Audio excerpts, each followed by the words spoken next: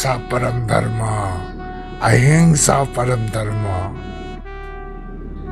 Loiring asigi Bharat Barsha sidi hingsa na pik thalle mi punamak mi chawle ai ngasi dagi mi bo na poklaga amukamu aigi ahimsa param dharma hariba dharma se sando urage Ras Leela sanarure.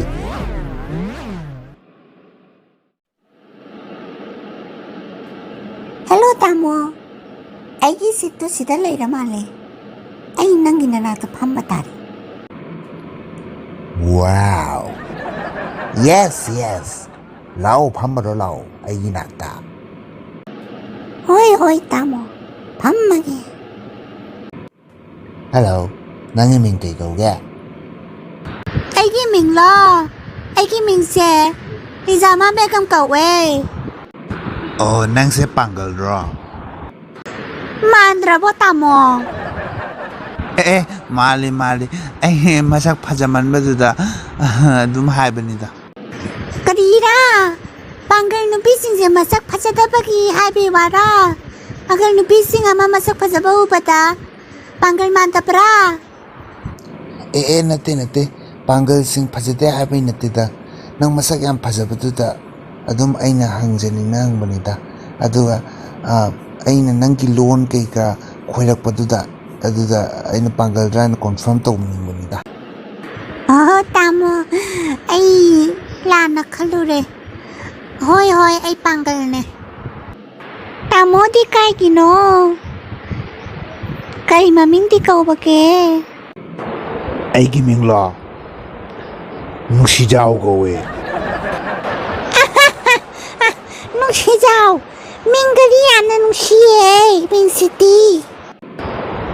Nusidradi. Nusiba jinbi gilagpane ay di ngasi. Nang siyam nusiye na. Kira Tamo. Nagdidi wangan na daga. Yam na hinzila kline. Daliko. Ado ibani di khangnare ado number amta di piramudna heng kona su kauna dana ba. Tamo. Ay di cha leire. Icha ga sunage mangaire. Yam nokning nga hata nang se ura ka. Ahimsa param dharma, ahimsa param dharma, ahimsa param dharma. Kapkanu Tamo. Ay piram ke number to. Ado Tamo. Nang nanakukta sama mata haudirje kari maram kino. Hai nupi.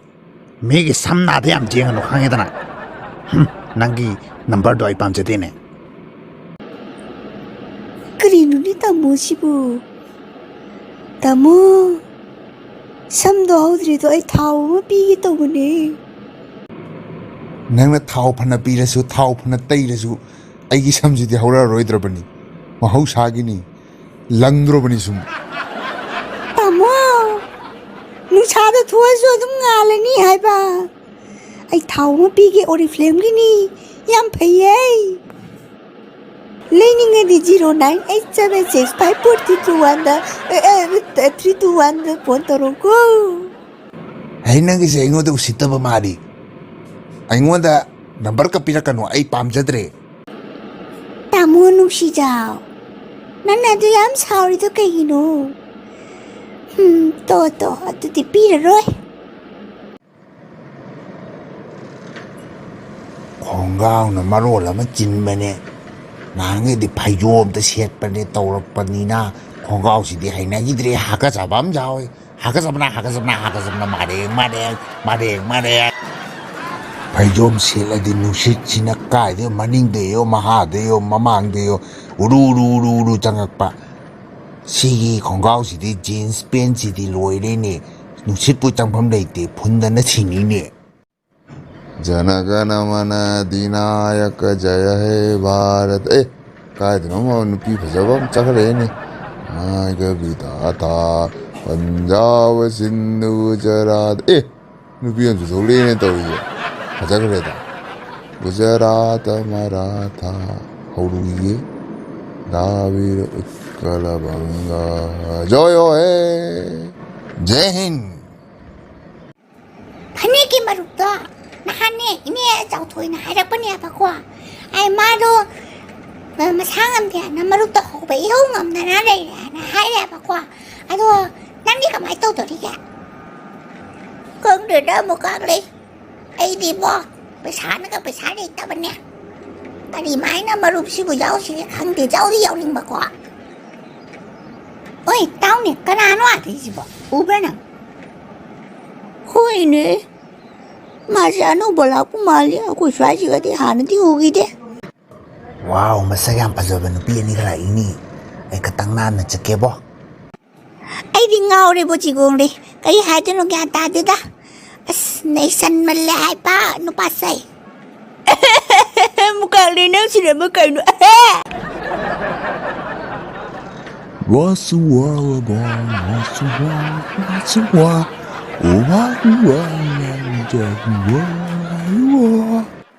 와우 잉글리시제 ꯌꯥꯝ ꯁꯩ ꯍꯥꯏꯕ ꯃꯥꯁꯤꯗꯤ ꯌꯥꯝ ꯐꯖꯩꯌꯦ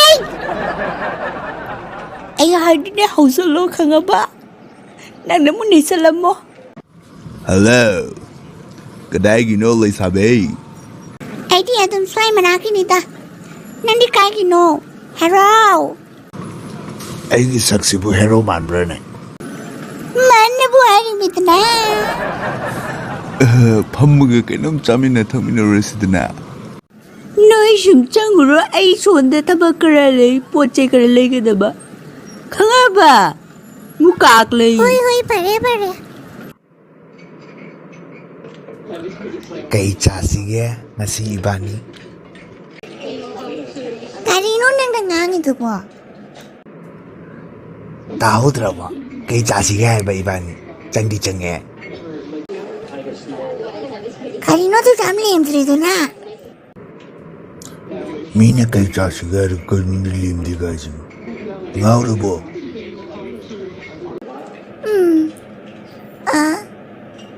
ꯅꯪ ꯍꯥꯏꯔꯣ ꯍꯥꯏ ꯋꯦꯏꯇꯔ coffee ꯀꯞ ꯑꯅꯤ ꯇꯥꯛꯄꯤꯔꯛꯑꯣ ꯇꯥꯃꯣ ꯅꯪ ꯃꯈꯣꯟꯁꯦ ꯌꯥꯝ ꯅꯨꯡꯁꯤꯌꯦ ꯅꯨꯡꯁꯤꯕꯅꯤꯅꯦ ꯑꯗꯣ ꯅꯪꯒꯤ ꯃꯃꯤꯡꯗꯤ ꯑꯩ ꯂꯥꯛꯄꯗꯤ ꯍꯪꯗꯦ ꯀꯩ ꯀꯧꯒꯦ ꯈꯤꯇꯪ ꯂꯥꯎꯅ ꯉꯥꯡꯉꯨ ꯇꯥꯃꯣ ꯃꯤ ꯌꯥꯝꯅ ꯂꯥꯡꯉꯦ ꯁ꯭ꯋꯥꯏꯁꯦ ꯅꯪ ꯃꯃꯤꯡ ꯀꯔꯤ ꯀꯧꯒꯦ ꯑꯩꯒꯤ ꯃꯤꯡꯂꯣ ꯃꯨꯀꯥꯛ ꯂꯩ ꯀꯧꯏ ꯑꯩꯅ ꯄꯥꯝꯕ ꯃꯤꯡꯗꯨꯃꯛ ꯊꯣꯛꯑꯦ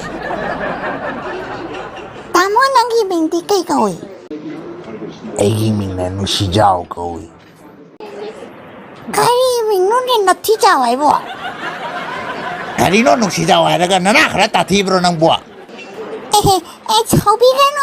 ꯁꯥꯎꯕꯤꯒꯅꯨ ꯑꯩ ꯅꯥꯀꯣꯡ ꯈꯔꯗꯤ ꯁꯣꯏꯅꯥꯏꯕꯅꯦ ꯇꯥꯗꯦ ꯑꯦ ꯑꯣꯟꯊꯣꯛꯄꯅꯤꯗ ꯇꯧꯔꯤ ꯂꯤꯂꯥꯁꯦ ꯉꯁꯥꯏꯒꯩꯗꯤ ꯀꯔꯤꯒꯤ ꯍꯥꯏꯗꯦ ꯇꯥꯃꯣ ꯅꯪ ꯌꯥꯝ ꯂꯦꯝꯗꯦꯕꯣ ꯀꯩꯅꯣ ꯄꯉꯥꯡ ꯉꯥꯡꯉꯤ ꯅꯪ ꯑꯩꯉꯣꯟꯗ ꯑꯍꯥꯟꯕ ꯎꯅꯕꯁꯤꯗꯕꯨ ꯍꯥꯏ ꯋꯥꯊꯤ ꯉꯥꯡꯅꯨ ꯅꯥꯄꯪꯕꯤ ꯑꯩ ꯅꯉꯣꯟꯗ ꯀꯣꯏꯕ ꯉꯝꯃꯣꯏ ꯌꯥꯝ ꯋꯥꯅꯤ ꯅꯪ ꯀꯣꯏꯔꯒ ꯀꯔꯤ ꯑꯩꯉꯣꯟꯗ ꯅꯥꯄꯪꯕꯤ ꯍꯥꯏꯕ ꯉꯁꯤ ꯌꯧꯕꯗ ꯑꯩꯒꯤ ꯏꯃꯥ ꯏꯄꯥꯅꯕꯨ ꯑꯩꯉꯣꯟꯗ ꯅꯥꯄꯪꯕꯤ ꯍꯥꯏꯅ ꯍꯥꯏꯗ꯭ꯔꯤ ꯅꯪꯗꯤ ꯂꯨꯀꯣꯛꯇꯥꯡ ꯍꯅꯨꯕ ꯃꯥꯟꯕ ꯖꯤꯟꯁ ꯑꯃ ꯁꯦꯠꯆꯜꯂꯒ ꯁꯛꯇꯥꯗꯨꯒ ꯀꯔꯤ ꯃꯥꯔꯤ ꯑꯩꯉꯣꯟꯗ ꯂꯨꯀꯣꯛꯇꯥꯡ ꯍꯥꯏꯕ ꯑꯩꯃꯨꯛ ꯐꯖꯕ ꯅꯨꯄꯥ ꯂꯩꯔꯤꯕꯣ ꯍꯥ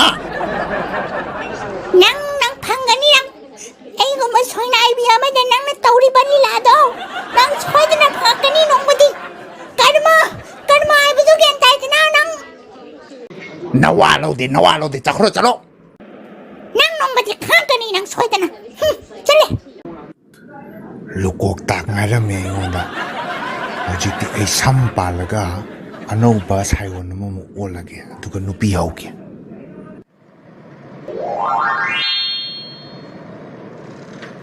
ꯑꯍꯤꯡꯁꯥ ꯄꯔꯝ ꯙꯔꯃ ꯍꯧꯖꯤꯛ ꯀꯩ ꯃꯈꯥ ꯇꯥꯅ ꯅꯩꯊꯒꯦ ꯌꯦꯡꯉꯨ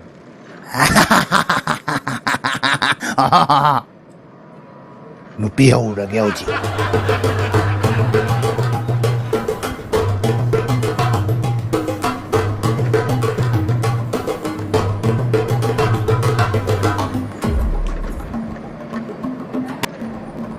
Fajaba nupi amu ini. Fajaba nupi am leramene. Ngasi kena mafrau label ti terus karigno sebo. Los tabitare aku dukan say. Masa ko pajam ni po manak sangurage. Hamko janna parika, hamko janna parika. Who is he? Kanano, jagoi sana ka la isbo. Masang na maruan lama pazari ba? Ay Maria maligita. Ay niya. Ay nanan. Una ba napado? Ato napado na niya mo dana. Natatyan niya. Nangyari ba napado na? Tukat jagre hai. Sai ba tuta suru ada ngangu hai. Hello Fajabi. Nasaga tu yang pasaraga dukan pamira. Sak pazaradi jukan pambaya di hana labro. Adu nate dah nangi masak to yamna pasaba adugi warida. Pazabanay. Kay min kauge Fajabi. My name is Olga. Aigi ming na nungsi chao kawe. Nangi ming do ay punsigi di tadri do su. Dom Fajamal. Pazda, bro. Ako dati na ton banay. Asida wari sunaba di nungay te kopi mo mampayar ka sunaru sida na. Yadro. Yeah, nung si Zhao. Nung si Zhao siya iniyam na pama restaurant ni Pazatra. Sidi ay nanahan mo sulak pa ni. Kananom napam jam ka dupi majam. Ito wata. Wari yaman ita. Kay sasab no. Pamura sida na. Kaya wari na nung si Zhao. Ay sa taning ito na. Haro. Nateda swatcha bharara bijangi wari nida. Adu matam to the 8 channel founder da. Para kanam charas la. To adu wari da. Coffee koro adudi. Waiter! Coffee para! Nung si Zhao, hindi kari tarigay. Kaya dalagay na yung kaya gino. Ay hojing Mumbai dalay. Ay taba chowam tawri. Nang di dukanan ng pambra kay di honari kya. Dukan si di ako dati gini. Ay nasum lockdown na basta laga. Dum maki help to ba ne. Ay di Amerika dalay ay fashion designing tame. Oh wow, dudi nang yam pare ne apapatawam toromini. Nang paijom gadi siyemba hibro. Taring daka tat ka tawraga to siyemba to. What an old fashion! Sit down, market. Kari ngang ino taring tat kari no. Housing matam siya atum magi mataw tadre. Jiaga dum nagsan credit dum tokle AI sne. Kari no ay si bujiya lang jen baibo. Sakala ka bubong wala bo. Sakala ka boom kahay. Adu ba manate? Ay na ay bati fashion designer to ba matam da ahan ba zaid na adu matam na kona semi ni sarimi na. Adu wari ni da. Makuk patre nang. Oh, dugi hiram tu di ay di tulam kangzen de da. Hoy. Pay tau. Hoy tamo dong asay na nalamin da lag pa da yam pa zana zago yam masaki bado. Adu ay mamang dam tang saud na ay zago yam na pa me. Es ibu kay nuni adum sabi ni da isu. Please tamo please sawa. Sage. 1, 2, 3, go. Comodia, code la palo. Lollipop la gelua. Comaria, hi, Comaria. Kari na nung si Zhao na natarisin na kokin na samkay sa kara. Hoy mai belly tilo ramadi ni. Kari belly di tino nang nasakto kutiya matawli rame habay na pazaya na kalapuraga. Kutiya mani nang ay nagakoy na mga moy.